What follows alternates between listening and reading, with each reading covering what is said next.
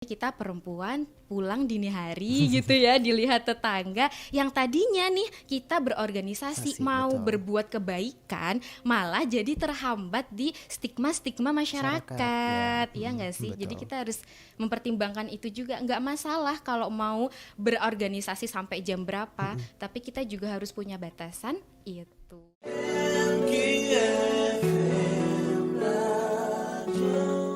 Jadi mau nggak mau kita sebagai seorang mahasiswa yang sudah dewasa harus cari lingkungan sendiri untuk mendukung upgrade kapasitas diri kita, untuk mendukung passion kita, ya nggak sih? Betul. Dan kita nggak munafik kalau perilaku kita pasti akan dipengaruhi oleh lingkungan sekitar, teman kita, lingkungan, organisasi, bergaulnya sama siapa, itu kan pasti ngaruh banget ya. Jadi saya itu selalu bilang gitu ya ke adik-adik saya, cari lingkungan yang baik. Pun cari organisasi yang baik Yang gitu mendukung ya. yang mendukung. Yang mendukung passion kamu, yang mendukung akhlak kamu, yang mendukung apapun yang bisa mengupgrade kapasitas diri kamu. Sampai akhirnya saya dipertemukan di kami waktu itu. Itu semester berapa atau memang sudah dari awal jatuh cinta sama kami nih? Enggak. Enggak ya? Saya itu sekitar semester 2 ya, semester 2 Itu semester 3. Itu lumayan juga dong, Mbak. 3 awal lah ya. 3 awal gitu. Maksudnya kalau semester 1 2016. mungkin gambarannya kita kuliah pulang mungkin agak sedikit jenuh dan bosan dan melihat ternyata banyak waktu ya yang kita habiskan kayak ya pulang lagi, habis pulang lagi nongkrong atau misalnya sama teman-teman bahas apa gitu kan. Tapi akhirnya menemukan di semester 2 semester 3 gitu. Betul. Ya. Semester 3 awal karena saya ikut kami itu 2016. Kan saya masuk itu 2015 ya. 2016. Itu waktu itu saya diajakin sama temen. Jadi kayak ini ada forum, ada latihan kepemimpinan. Seru loh, kita bisa diskusi dengan kampus lain. Waktu itu sama UPN, Instiper sama Amikom. Nah, pikir saya, wah keren ya, kita bisa bertukar dengan kampus lain, kita bisa dapat relasi yang banyak, nggak cuma dari UPN aja gitu kan ya. Akhirnya oke deh, saya ikut latihan kepemimpinannya. Akhirnya waktu itu bergabunglah di kami, jadi gitu. Oke, menarik juga ya sahabat MK ternyata karena ajakan dari teman untuk temannya baik gitu ya. Iya, dan saya kenal orangnya, jadi kayak kadang kan kita ngikut orang itu kita ngelihat dulu ya. Betul. Kita mau ngikut itu dia kepribadiannya seperti apa. Kalau misalnya dia orangnya baik, pasti kayak kita nggak fafifu terlalu banyak kayak oke, gue ikut lo. Tapi kalau misalnya dia orangnya nggak jelas gitu kan, kita mikir-mikir ya, kita diajakin agenda apa nih sama dia. Jadi gitu sih, branding diri juga penting ya. Berarti tadi cara cari teman yang baik dan menemukan teman yang baik itu seperti itu ya Mbak ya. Betul. Mbak Ayla sendiri sudah memberikan tipsnya gitu ya sahabat MK. Tapi kan pastinya melihat latar belakang pendidikan Mbak Ayla sendiri, agrobisnis gitu ya. Agroteknologi. Agrobisnis saya mikirnya kenapa agrobisnis. Agroteknologi itu kan banyak sekali kayak kuliahnya praktikum kemudian laporan begadang ini buat sebagainya. Gimana sih cara Mbak Ayla sendiri untuk membagi waktu antara organisasi kemudian ngajar dan juga kuliah itu sendiri? Itu challenging ya sebenarnya. Jadi kita bercapek-capek untuk hasil yang luar biasa. Mau nggak sih kita mengeluarkan effort lebih untuk menjadi diri kita yang sangat luar biasa. Gitu. Itu kan pilihan ya. Itu pilihan. Jadi kita mau muda leha-leha atau muda berkarya, berprestasi, berinovasi gitu ya. Ya. Jadi untuk membagi waktunya Mas bisa pakai schedule. Berarti dibuat schedule, jurnal gitu juga. Jurnal. Kalau sekarang kan sudah banyak fasilitasnya, kayak buku planner dan lain sebagainya. Jadi ada plan bulanan, mingguan, sama harian. Jadi pas malamnya, pas sebelum kita tidur gitu daripada overthinking, ya kan?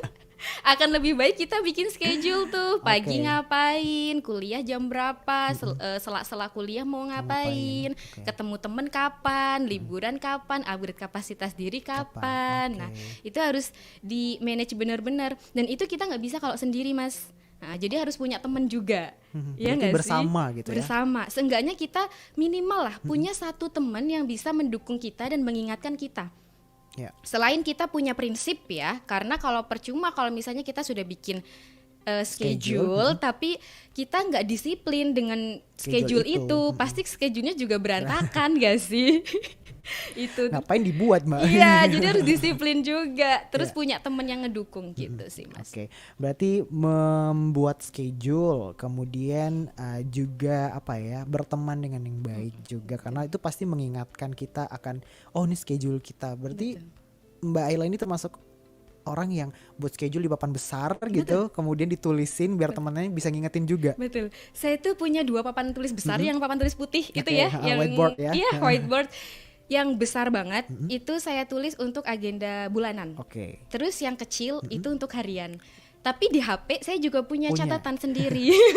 Jajang ada alarm dan notifikasi nih, rapat gitu nggak? Nggak, kalau alarm dari teman. Oh, tiba-tiba di chat ya, rapat nih di mana gitu ya? Jam sekian Mbak, jangan lupa rapat ya. Gitu.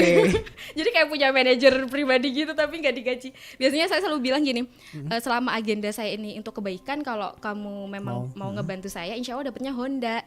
Honor dari Allah. Masya Allah, honor dari Allah. Betul. Itu nggak terbalas lagi, malah udah besar banget ya. Ya amin ya. Amin. Nah itu cara bagi waktu Mbak Ayla antara kuliah, kemudian organisasi dan juga mengajar. Setertarik itukah Mbak Ayla akhirnya memutuskan untuk bergabung di organisasi?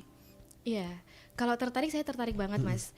Karena saya benar-benar gak mendapatkan bagaimana public speaking yang baik itu di kampus ya, maksudnya di kelas ya. Gitu. Pun kalau misalnya ada presentasi itu kan juga kayak itu kan gak greget ya. Gimana cara nyampeinnya gitu ya. Jadi kayak sedangkan kalau di organisasi kita kan kita bisa dapat relasi itu of course ya. Terus kalau kita dapat relasi, kita mau ngapa-ngapain tuh insya Allah enak. Iya gak sih? Bener. Mau kemana, main kemana, ada temen, mau butuh apa, ada channel, ya kan? Terus apa yang tidak saya dapatkan di kuliah ya, public speaking dan lain sebagainya. Kita bertemu orang, terus kita berjiwa sosial, misalnya kita ada aksi-aksi sosial gitu ya, itu kan kita tidak didapat di kampus. Atau bagaimana kita bersifat kritis gitu ya, menyikapi sebuah isu. Nah kalau di kami, saya kan ikut organisasinya kami ya Mas ya, itu diajarin bagaimana sih kalau ada isu kita nyikapinya seperti apa, kalau ada kebijakan kita seperti apa. Karena mahasiswa itu kan gak cuma belajar, tapi dia juga jadi agent of controlling ya gak sih? Betul. Jadi ya kalau ada yang bilang pemerintah itu ya takutnya sama mahasiswa. Balik lagi mahasiswa yang kritis tentunya gitu ya. Berarti banyak belajar di organisasi, terutama di kami gitu ya. Banyak mengeksplor diri yang apalagi tadi dilihat dari passion, kemudian teman-teman dan relasi yang begitu mendukung. Kalau menurut Mbak Ayla sendiri, kan Mbak Ayla perempuan ya. Kalau laki-laki mungkin gak usah ditanya, kayak terserah mau pulang jam berapa gitu. Nah kalau perempuan kan ada batasan-batasan nih, kadang jangan pulang malam ya, nanti gini-gini dan sebagainya gitu. Dan ikut organisasi, dan kadang organisasi juga waktunya gak begitu fleksibel, kadang rapat sampai jam 11 malam, kadang sampai jam berapa. Nah kalau dari Mbak Ayla sendiri memandang itu gimana sih? Perempuan yang mengikuti organisasi. Sebelumnya saya akan dari organisasi saya dulu ya. Saya ini menerapkan jam malam itu jam 10. Itu 10. Harus berarti ya. Kecuali kalau emang benar-benar nggak bisa ya. Kalau misalnya gitu urgent banget emang nggak bisa. Dan saya sukanya di organisasi Islam gitu ya. Mereka paham terkait itu bahwa perempuan itu ya nggak terlalu baik lah ya kalau misalnya mau punya batasan. Pun kalau misalnya pulang malam, saya sukanya tuh selalu diantar. Berarti ada teman yang lain menemani gitu ya. Karena kalau perempuan kan resikonya lebih tinggi ya daripada laki-laki. Jadi ada penjagaan di situ, ada pengertian di situ. Nah, tapi kalau dari organisasi yang bukan Islam, pasti kan rapatnya sampai malam ya, sampai jam 11. Tapi kadang juga di kita kalau misalnya memang lagi daurah, lagi latihan kepemimpinan, itu kan kita sampai malam, sampai nginep ya. Itu kan situasinya memang sudah berbeda. Nah kalau di organisasi yang bukan Islam itu it's okay selama dia tahu batasan diri mereka, selama mereka bisa menjaga diri, kan otomatis yang tahu batasan diri mereka adalah mereka sendiri. Ya kan. Tapi ya balik lagi, kita adalah kita hidup di negara Indonesia, kita punya nilai-nilai ketimuran. kalau yang apa ya, maksudnya punya nilai-nilai norma gitu ya. Ya kita juga harus memperhatikan itu, kan nggak baik juga kalau misalnya kita perempuan pulang dini hari gitu ya, dilihat tetangga yang tadinya nih kita berorganisasi mau berbuat kebaikan malah jadi terhambat di stigma masyarakat ya nggak sih. Jadi kita harus mempertimbangkan itu juga. Nggak masalah kalau mau berorganisasi sampai jam berapa, tapi kita juga harus punya batasan itu. Karena kan waktu kita juga masih bisa kok, kalau misalnya itu bisa diomongin pagi-pagi sekalian habis subuh atau jam 6 sekalian, itu kan it's okay. Kenapa harus tengah malam banget kalau bisa di dini hari? Berarti tergantung diri kita sendiri bagaimana mengatur tadi ya waktu yang sebaiknya kita lakukan. Kalau perempuan ya misalnya punya jam malam jam 10, ya sudah dilakukan saja dengan alasan apapun itu gitu ya. Atau misalnya tadi kalau ada kegiatan yang mungkin urgent dan penting sekali, ya punya batasan juga lah ya. Tidak harus di malam itu juga, harus diselesaikan mungkin setelah subuh, setelah tahajud gitu ya. Itu bisa diselesaikan sahabat MK. Menarik juga ya untuk bisa jadi contoh nih sahabat MK, gimana supaya kita bisa mengatur kehidupan kita selama masa kuliah. Kalau dari Mbak Ayla sendiri, menurut Mbak Ayla nih, semasa kuliah apakah Mbak Ayla tuh sudah benar-benar menjadi sosok yang pas ataupun yang tepat nih? Saya sudah menemukan, oh nih dunia saya akan geluti deh gitu. Itu prosesnya panjang ya. Boleh dong diceritain. Prosesnya gitu. Panjang, pasti dinamikanya ada. Ada quarter life crisis lah, ada aduh udah pengen rebahan, capek atau gitu. Aduh udah pengen nikah gitu ya Mbak. Kan ada tuh beberapa kalau misalnya perempuan udah mendapatkan masalah, aduh nikah aja deh gitu ya. Aja. Padahal itu belum menjamin menyelesaikan masalah ya. Bisa jadi menyelesaikan masalah dengan masalah. Nah itu dia. Iya ya, balik lagi ya. Apa tadi ya, menemukan ini nih dunia aku banget nih ya. Itu karena saya nggak bisa nganggur Mas. Berarti aktif terus dong. Iya, jadi pernah sampai saya tuh sempat di asrama UPN ya, di UPN ada asramanya, tinggal di situ. Suatu hari saya itu nggak ada kegiatan sama sekali. Itu saya sampai sama teman saya juga anak organisasi, kita sampai bilang organisasi sama juga, jadi kegiatannya sama kan. Ini kita beneran ya nggak ada apa-apa. Jadi kayak aneh, sekalinya nggak ada rapat, nggak ada aksi sosial atau nggak ada kajian, diskusi dan sebagainya, itu kayak ini beneran gak ada ya gitu. Jadi aneh. Jadi kayak oke, berarti emang kita suka bertemu orang, kita suka berdiskusi, kita suka bertukar pikiran, dan saya dapat itu di kami. Dan saya suka lingkungan yang baik, saya suka teman-teman yang mendukung passion saya, gak cuma passion saya tapi juga kepribadian saya untuk lebih dekat kepada Tuhan gitu ya. Jadi kayak oke, aku mantep nih di sini gitu. Berarti pertimbangan-pertimbangan itulah yang akhirnya membuat Mbak Ayla sendiri saya sudah memang jalannya di sini hingga akhirnya sampai sekarang pun masih di kami masih gitu di kami meskipun udah lulus. Sudah lulus gitu ya. Dan juga perjuangan perempuan yang harusnya dibela juga ya oleh Mbak Ayla sendiri, karena banyak tadi stigma yang dari masyarakat bilang kalau perempuan itu ya udah ngurus anak aja, udah menikah ngurusin anak aja. Dapur, sumur, kasur. Nah, itu dia. Tapi ternyata tidak hanya itu aja ya Mbak ya, yang harus diberikan banyak sebenarnya. Karena kalau bagi saya sendiri sih ya perempuan laki-laki sebenarnya sama.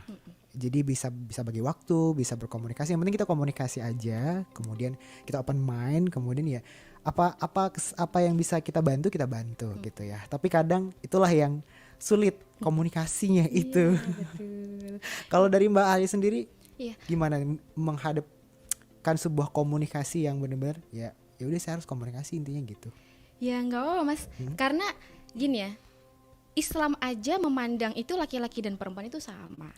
Jadi dia mau seperti apa itu sama dalam kadarnya masing-masing. Bahkan di Al-Quran itu Mas disebutkan ya, kalau nggak salah nih di Quran surat Al-Hujurat ayat 13 ya, bahwa yang membedakan kita gitu ya itu bukan kita laki-laki atau kita perempuan, tapi tingkat ketakwaan kita. Ya nggak sih? Jadi nggak masalah kamu laki-laki mau berperan di mana, kamu perempuan mau berperan di mana, it's okay gitu ya. Kita mau jadi pemimpin, it's okay. Ada Ratu Balkis kok contohnya, iya nggak sih? Kita perempuan mau berkomunikasi, jadi speaker, jadi public speaker di mana-mana. Sudah banyak kok muslimah ada Ustazah Oki, iya kan?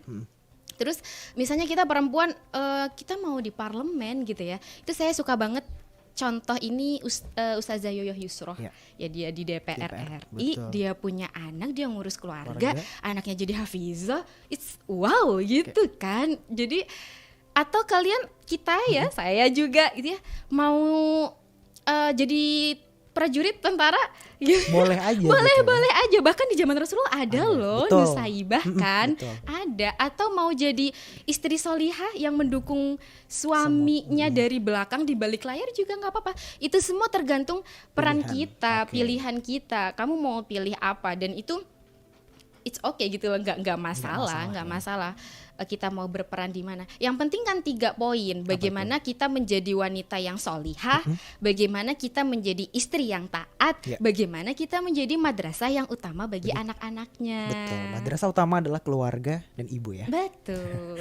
Kita sebagai perempuan jadi madrasah utama, laki-laki jadi kepala sekolahnya. Betul. Pertanyaan tadi sempat disinggung kalau misalnya ada beberapa tokoh tadi yang menginspirasi Mbak Ayla. Kalau gambaran dari Mbak Ayla sendiri, siapa sih tokoh yang mungkin pegangan Mbak Ayla sendiri? Mungkin dari sahabat atau dari Indonesia, dari luar negeri juga boleh, siapa nih? Saya tuh ngefans banget sama Nusaibah, Mas. Makanya tadi sempat saya singgung ya. Beliau ini juga seorang ibu, seorang istri, dan beliau seorang prajurit. Betul. Anak-anaknya semuanya juga seorang prajurit.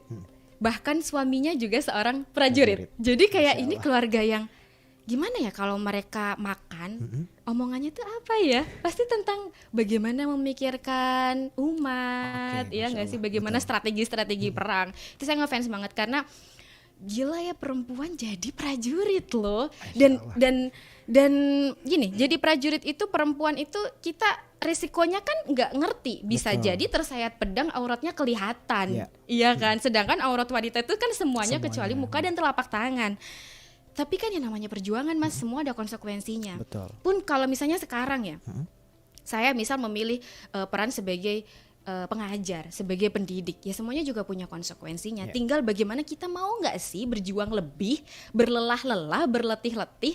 Jadi kayak ya udah nggak usah memilih jadi wanita diem atau wanita karir. Kalau kamu bisa ngelakuin semuanya, ya udah lakuin aja. Saya juga punya role model juga, itu guru saya. Sudah menikah, ada 2. Yang pertama, beliau memilih untuk berkarir di luar, jadi salah satu dosen di Sekolah Tinggi Ilmu Kesehatan. Tapi beliau juga ngurus anak, dan anaknya juga insya Allah salih-salihah gitu ya. Kemudian yang satunya lagi, beliau tetap mengasuh anak gitu ya, tapi di dalam rumah, jadi bisnis online. Bisnis online ya, entah itu bikin kue dan jualan online baju. Jadi kan itu kita bisa berkarya di luar atau bisa berkarya di dalam sambil mengurus anak, it's okay. Mungkin tangan kanan kita itu bisa menggoyang buayan hati, itu bisa ya, tapi tangan kiri kita itu bisa mengguncang dunia. Dan itu tergantung pilihan teman-teman, bergerak, lakukan aksi. Jadi jangan hanya termotivasi tapi juga aksi.